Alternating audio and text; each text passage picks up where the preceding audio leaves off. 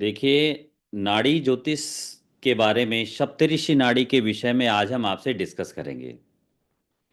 सप्तऋषि नाड़ी में देखते समय सबसे पहले यह ध्यान रखना है कि कोई भी ग्रह जिस राशि पर बैठा है उस राशि से 1 5 9 3 7 11 2 12 में बैठे हुए ग्रहों के साथ संबंध बनाता है। कोई भी ग्रह जिस राशि पर बैठा है उस राशि से 1 5 9 3 7 11 2 12 में बैठे हुए ग्रहों के साथ संबंध बनाता है। अगर आप ये देख लीजिए कि अगर 1 और 5 का संबंध बनता है, जैसे गुरु के 5वें सूर्य बैठा है तो 1 और 5 का संबंध बनता है, इसका तात्पर्य यह हुआ कि कोई भी ग्रह एक किसी भी राशि से 1 5 9 में बैठा है, अर्थात जैसे गुरु किसी भी राशि पर बैठा उससे 5वें सूर्य बैठा है, तो वहां पर ग्रह का जो बल होता है वो 70% होता है। 1 और 5 का संबंध जो बनता है उसमें ग्रह का जो बल होता है वो 70% होता है। ये कौन कर रहा है भाई? व्हाइट बोर्ड कौन कर रहा है? ये चुपचाप सुनिए, ये मत करिए।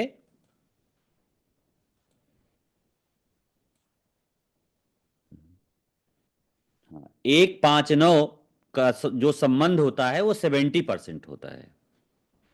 3 7 3 और 11 का जो संबंध बनता है ग्रह का, किसी भी ग्रह से तीसरे भाव में बैठा हुआ ग्रह, किसी भी ग्रह से तीसरे भाव में बैठा हुआ ग्रह, 1 3 का जो संबंध बनता है उसका जो बल होता है वो 30% होता है।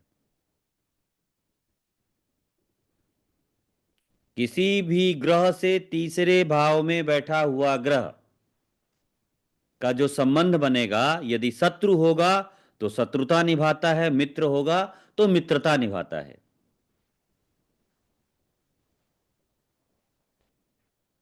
1 7, एक किसी भी ग्रह से 7वें भाव में बैठा हुआ ग्रह, किसी भी ग्रह से उसके 7वें भाव में बैठा हुआ ग्रह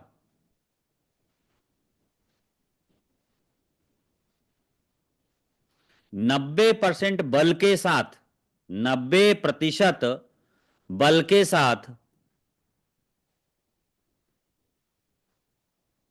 संबंध बनाता है और फल देता है। 2 और 12 भाव में, 2 और 12 भाव में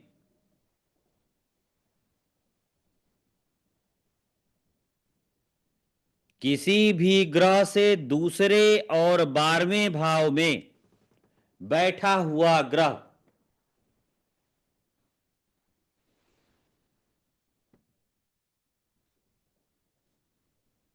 किसी भी ग्रह से दूसरे या 12वें भाव में बैठा हुआ ग्रह यदि मित्र होता है तो मित्रता निभाता है, शत्रु होता है तो शत्रुता निभाता है। 2 12 में बैठा हुआ ग्रह 90% बल के साथ संबंध बनाता है।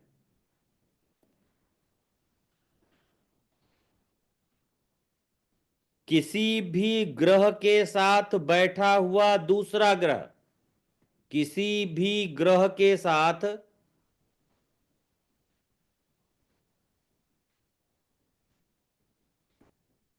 किसी भी ग्रह के साथ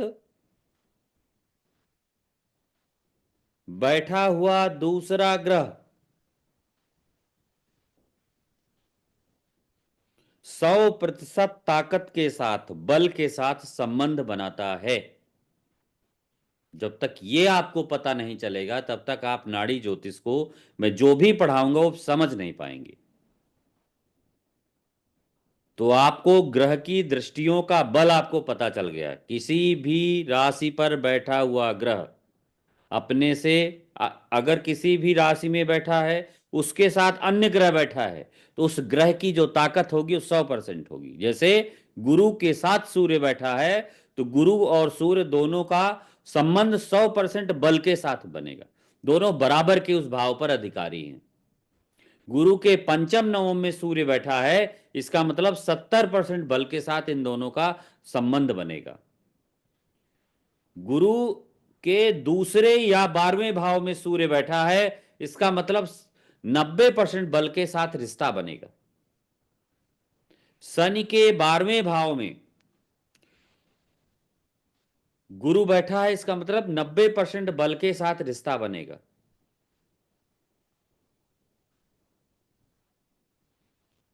किसी भी ग्रह से तीसरे भाव में बैठा हुआ ग्रह यदि उस ग्रह का मित्र होता है तो अच्छी घटनाएं देता है, यदि शत्रु होता है तो बुरी घटनाएं देता है।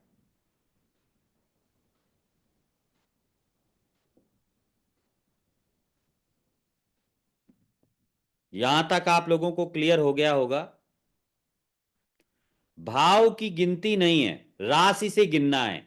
किसी भी राशि में बैठा हुआ ग्रह अपने से पांचवें, पंचम राशि में, नवम राशि पर, भाव से तात्पर्य यहां पर राशि है, पंचम नवम भाव में बैठे हुए ग्रह के साथ संबंध बनाता है। हेलो।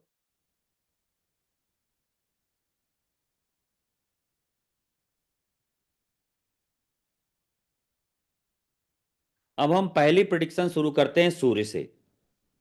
कैसे? एक सप्तऋषि नाड़ी पर ऋषियों ने कैसे काम किया है, इस पर बात करेंगे। एक कुंडली खींचिए, एक कुंडली खींचिए। मेष लग्न की कुंडली है, उसको खींच लीजिए। मेष लग्न की कुंडली है, उसको खींच लीजिए।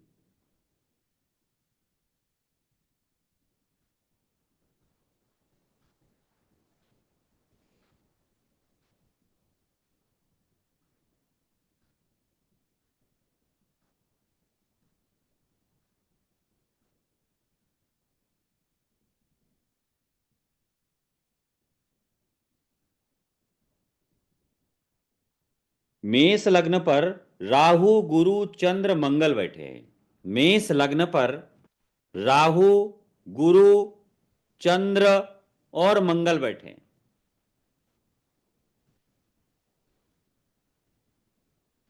तुला राशि पर केतु बैठा है।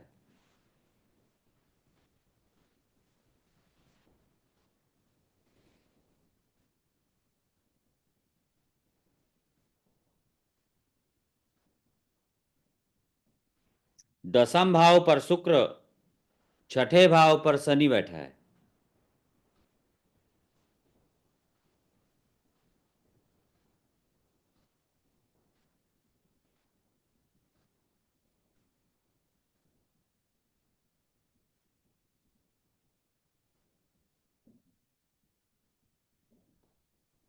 छठे भाव पर शनि, सातवें भाव पर केतु, दसम भाव पर शुक्र, एकादश भाव पर बुध और सूर्य बैठे हैं। छठे भाव में शनि अर्थात कन्या राशि में शनि, तुला राशि में केतु, मकर राशि में शुक्र, कुंभ राशि में बुध और सूर्य बैठे हैं। अब यहां पर 7 ऋषियों का डिस्कशन हो रहा है।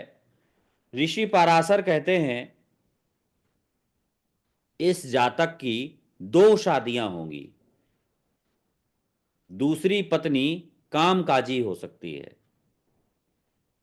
इस जातक की 2 शादियां होंगी, पहली पत्नी मर जाएगी,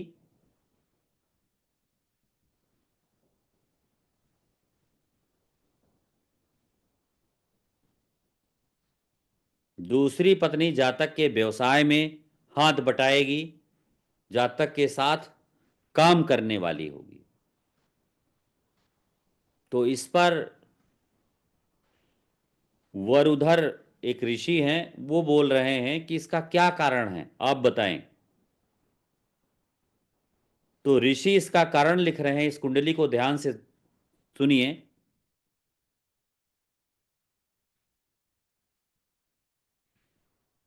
सातवें भाव पर केतु बैठा है। ऋषि कह रहा है कि सातवें भाव पर केतु बैठा हुआ है।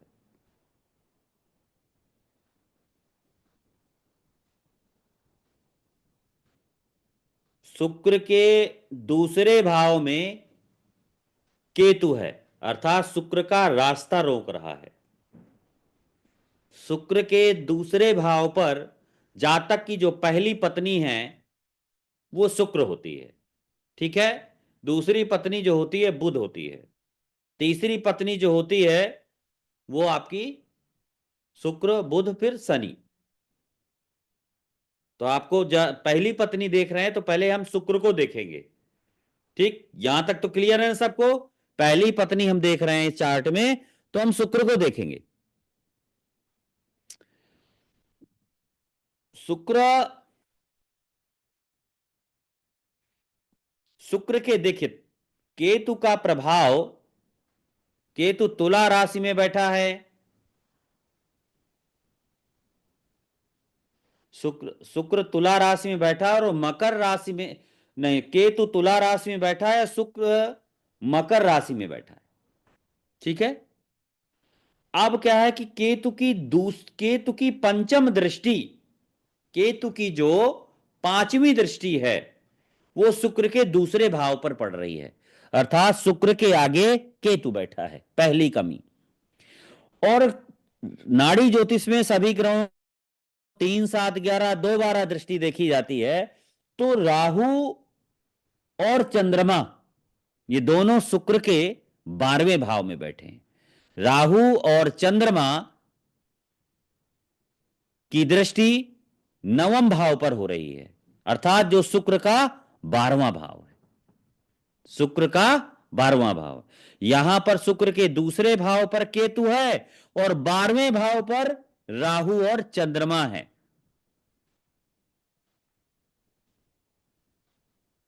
12वें भाव पर राहु और चंद्रमा है। यहां पर शुक्र कमजोर हो गया, शुक्र शत्रु ग्रहों से पीड़ित हो गया। कोई भी ग्रह तब बुरे फल देता है जब वो क्या होता है, शत्रु ग्रहों से पीड़ित होता है। इस कारण जातक के 2 साल पहली पत्नी मर गई। क्यों मरी? क्योंकि शुक्र के दूसरे भाव पर सूर्य बैठा है। प्रेगनेंसी, सूर्य क्या है, संतान भी होता है और सूर्य पिता भी होता है और पुत्र भी नाड़ी में होता है। और केतु क्या है, प्रसव। सूर्य संतान है और केतु पीड़ा है। तो शुक्र के दूसरे भाव पर सूर्य और केतु का प्रभाव है। संतान की पीड़ा के कारण प्रेगनेंसी के दौरान इसकी पहली पत्नी मर गई। ऐसे नाड़ी ज्योतिष का ऐसे नाड़ी ज्योतिष अभी अभी बताते हैं, अभी थोड़ा इसको लिख लीजिए फिर बताते हैं। आपकी कुंडली पर प्रैक्टिकल बताएंगे।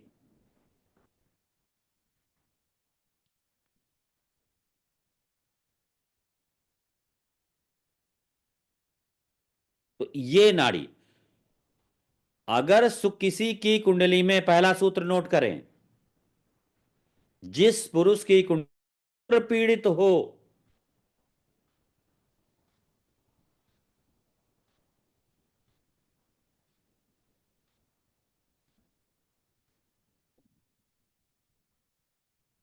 शुक्र चंद्र राहु केतु से पीड़ित हो, उसका दांपत्य जीवन दुखमय होता है।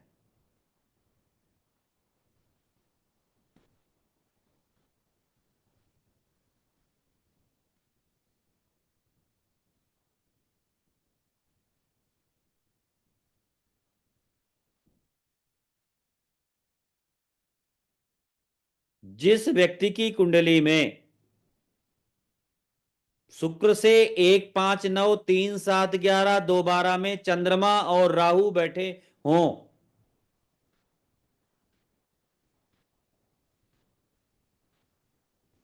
या शुक्र चंद्रमा और केतु से पीड़ित हो,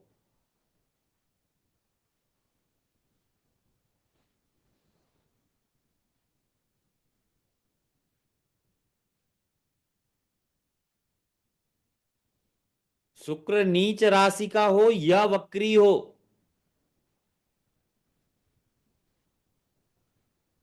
उसकी स्त्री जीवित नहीं होती, जीवित रही तो उसके साथ नहीं रहती। यदि इस पूरे ग्रुप में किसी की भी कुंडली में एक से किसी की पत्नी ना हो, या एक से अधिक शादियां जिसकी हुई हैं, वो अपनी कुंडली, अपना डेट ऑफ बर्थ शेयर करे किसी के पास, कोई भी हो किसी के पास हो, तो वो अपना डेट ऑफ बर्थ शेयर कर सकता है।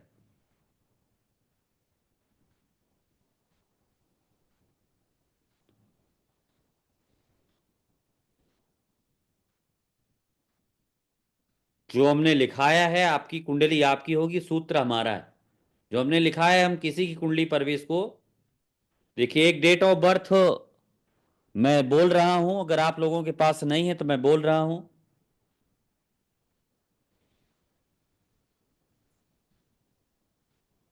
हाँ, विनायक, छपरा।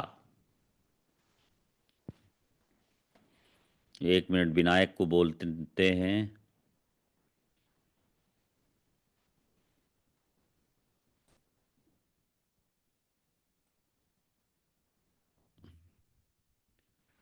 वी,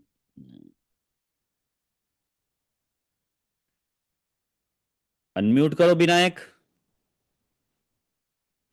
जी, प्रणाम गुरु जी।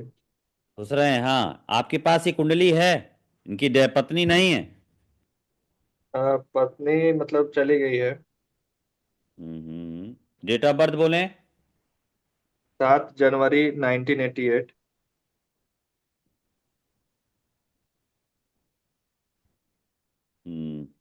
बस, केवल, और हमको कुछ नहीं चाहिए, कोई डेट ऑफ, केवल इसका आपका डेट ऑफ बर्थ चाहिए बस। जी। प्लीज शेयर कर रहा हूं, और आप लोग देखें जो मैंने लिखाया है कितना प्रामाणिक है और कितना सत्य है।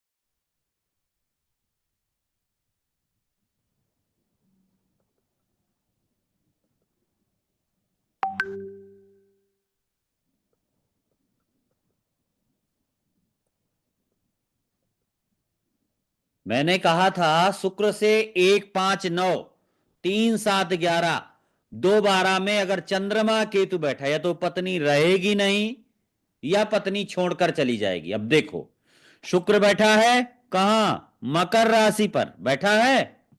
शुक्र से नवम भाव में केतु है, शुक्र से पंचम भाव में चंद्रमा है।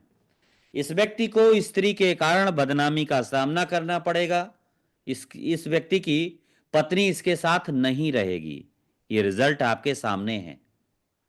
मैं अगर अपना बताता तो शायद आपको लगता कि मैं अपनी कुंडली बता रहा हूं, इसीलिए आप लोगों के बीच से मैंने देखा। शुक्र को देखिए, शुक्र से नवम में, शुक्र से गिनिए, 1, 2, 3, 4, 5, 6, 7, 8, 9, शुक्र से नवम में केतु है, और शुक्र से सप्तम में चंद्रमा है।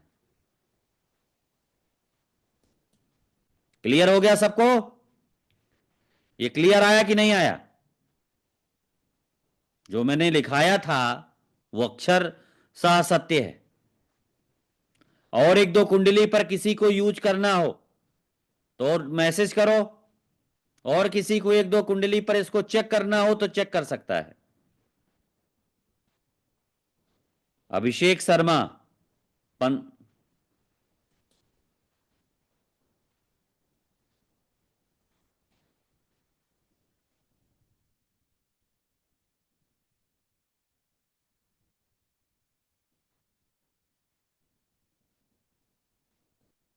अभिषेक शर्मा, अनम्यूट करो।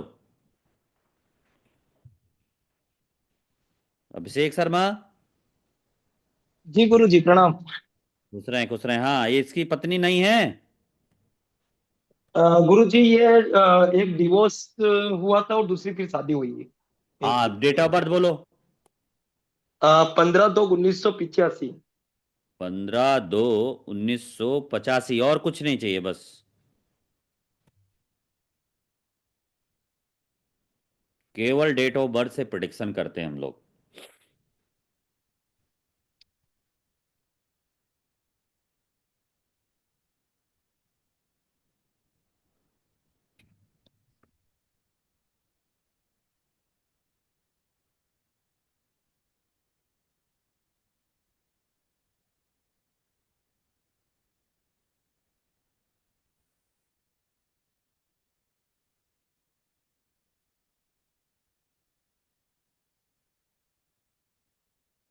अब इस कुंडली में देखिए, शुक्र के 12वें भाव पर, शुक्र मीन राशि पर बैठा है, ठीक है। शुक्र के 12वें भाव पर किसकी दृष्टि है? केतु की। और शुक्र के दूसरे भाव पर किसकी दृष्टि है? चंद्रमा की। चंद्रमा थर्ड हाउस में बैठा है, चंद्रमा पंचम भाव। नाड़ी ज्योतिष में 1 5 9 3 7 11 2 12 की दृष्टि होती है। तो चंद्रमा की पंचम दृष्टि राहु पर है, केतु की पंचम दृष्टि सूर्य पर है। अर्थात एक शुक्र के, केतु शुक्र के 12वें जा रहा है और चंद्रमा शुक्र के दूसरे भाव पर आ रहा है। इसी कारण इस व्यक्ति की पत्नी इसे छोड़कर चली गई। इतना बड़ा वैदिक में बवंडर इतनी छोटी सी बात जानने के लिए सालों लगा देता है। शादी के पहले इसको अगर पता चल जाता कि इसकी शादी में इतनी बड़ा बवंडर खड़ा हो जाएगा, तो हम ऐसी लड़की से विवाह कर सकते थे कि जिसकी कुंडली में दो विवाह के योग नहीं होते। तो इसमें सुधार किया जा सकता था। ऐसा नहीं कि जो कुछ लिखा है वही होगा। शादी के बाद अभिषेक के बहुत व्यक्ति ये बहुत परेशान रहा होगा, बहुत परेशानी इसको पड़ी हुई होगी। अभिषेक, अभिषेक, भी मैंने आपको अनम्यूट भी तो किया था ना, कहाँ हैं आप? अभिषेक शर्मा, अनम्यूट करो। जी जी जी गुरुजी, अनम्यूट नहीं हुआ था वो। शादी हेलो, के हाँ जी शादी के गुरुजी। बाद ये बहुत परेशान हुआ होगा। जी गुरुजी, शादी के बाद इनका एक तो पहले तो इनकी 3 सगाइयां हुई थी। और हम्म। चौथी शादी हुई थी, चौथी शादी टूट के अब जो शादी हुई है तो वो अब खुश भी है। और 2 बच्चे हैं अभी उनके। हाँ, अब लेकिन इसमें कितनी छोटी सी चीज है, जो सूत्र मैंने लिखा है लग रहा है प्रॉपर कि नहीं लग रहा? जी गुरुजी, बिल्कुल बिल्कुल लग रहा है। हाँ। अब ये है कि इसके साथ ऐसा क्यों हुआ। शुक्र मीन जी गुरुजी। राशि का होते हुए भी इसको परेशानी पड़ी, क्योंकि शुक्र यहां पर पीड़ित है। पीड़ित ग्रह बहुत नुकसान करता है। और मंगल के साथ शनि जिसके भी बैठा हो ना, उसे काम धंधे में बड़ी परेशानी आती है। मंगल शनि वाले के पास कर्जा बहुत रहता है। कर्ज से व्यक्ति हमेशा परेशान रहता है। किसी जी भी गुरुजी। मंगल शनि वाला हो, वो बताए उसके जीवन में उस कर्जा बहुत लेता है वो। चंद्र मंगल वाला, मंगल शनि वाला अवश्य कर्जा लेता है। हाँ विवान बताएं। प्रणाम सर। हम्म। प्रणाम गुरुजी। जी। गुरुजी, जो मैंने डेट ऑफ बर्थ आपको दी है, 6 फरवरी 1988, 6 फरवरी हम्म। 1988। चंचल नाम है, लड़के का नाम चंचल है। तो हम्म। और वो मेरे रिश्ते में बहनों ही लगेंगे, मेरे घर की ही बात होगी एक्चुअल में। 2020 में शादी हुई थी, नहीं शायद 22 में शादी हुई थी। उसके बाद से अलगाव है, डिवोर्स की बातें होने लगी हैं। 6 और फरवरी हम 1988। 6 फरवरी 1988, बस इतना ही चाहिए हमें, और हमें कुछ भी नहीं चाहिए। मतलब कि अलग ही हैं और नाम अलग ही है, रहना नाम चाहते हैं। है, बस हम आपको अभी बताते हैं जिससे हम, बाकी तो आप हमसे परिचित नहीं है ना, अभी हम आपको जी जी बता बिल्कुल। देते हैं। ये कुंडली देखने का नहीं है यहाँ पर आपको। अ, सुचित्रा। अब देखेंगे, यहाँ पर हम केवल अपने सूत्र की व्याख्या आपको कर रहे हैं। जो मैंने पहला सूत्र आपको दिया, उस जी सूत्र की व्याख्या व्याख्या दे रहे हैं हम आपको।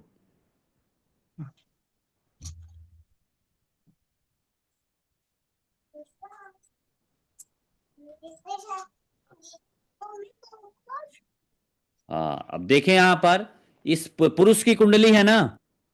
जी जी। अब समस्या यह है कि इस कुंडली में देखिए शुक्र छठे में बैठा हुआ है, और ध्यान से अगर देखेंगे कि शुक्र के दूसरे भाव पर चंद्रमा और केतु का प्रभाव है। गिनो, शुक्र से दूसरे भाव पर चंद्रमा केतु की दृष्टि का सप्तम भाव पर है, क्योंकि चंद्रमा से सप्तम भाव नवम पड़ता है, चंद्रमा से नवम भाव पे गुरु बैठा है, तो जी चंद्र और केतु शुक्र के दूसरे पड़े। जी। कारण थोड़ा बच्चे को रोको, बहुत लोग क्लास कर रहे हैं।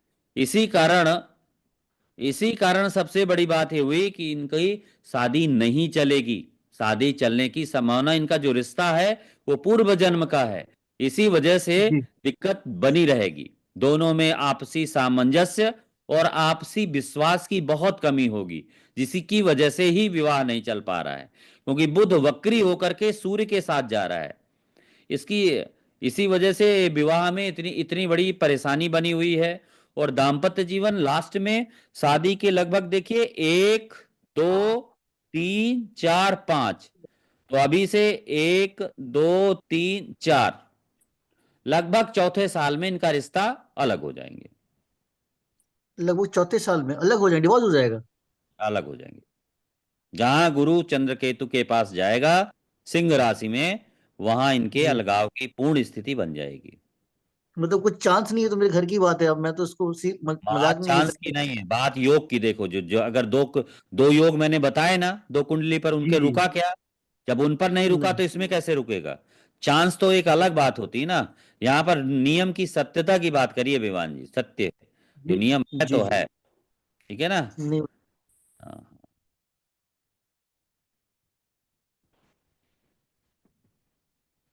ये है। तो आपने समझा कि ज्योतिष के जो योग होते हैं कितने सटीक लगते हैं। अगर विवाह के पूर्व व्यक्ति को पता चल जाए तो आप कितना अच्छा कर सकते हैं। सोचिए, इसके जीवन को बचा सकते हैं। वास्तव में ज्योतिष का उपयोग कर्म को सुधारना होता है। ज्योतिष का उपयोग अनुष्ठान और पूजा करना बिल्कुल नहीं होता है। ज्योतिष कर्म को सुधार करना और सतर्क करने की एक प्रक्रिया है।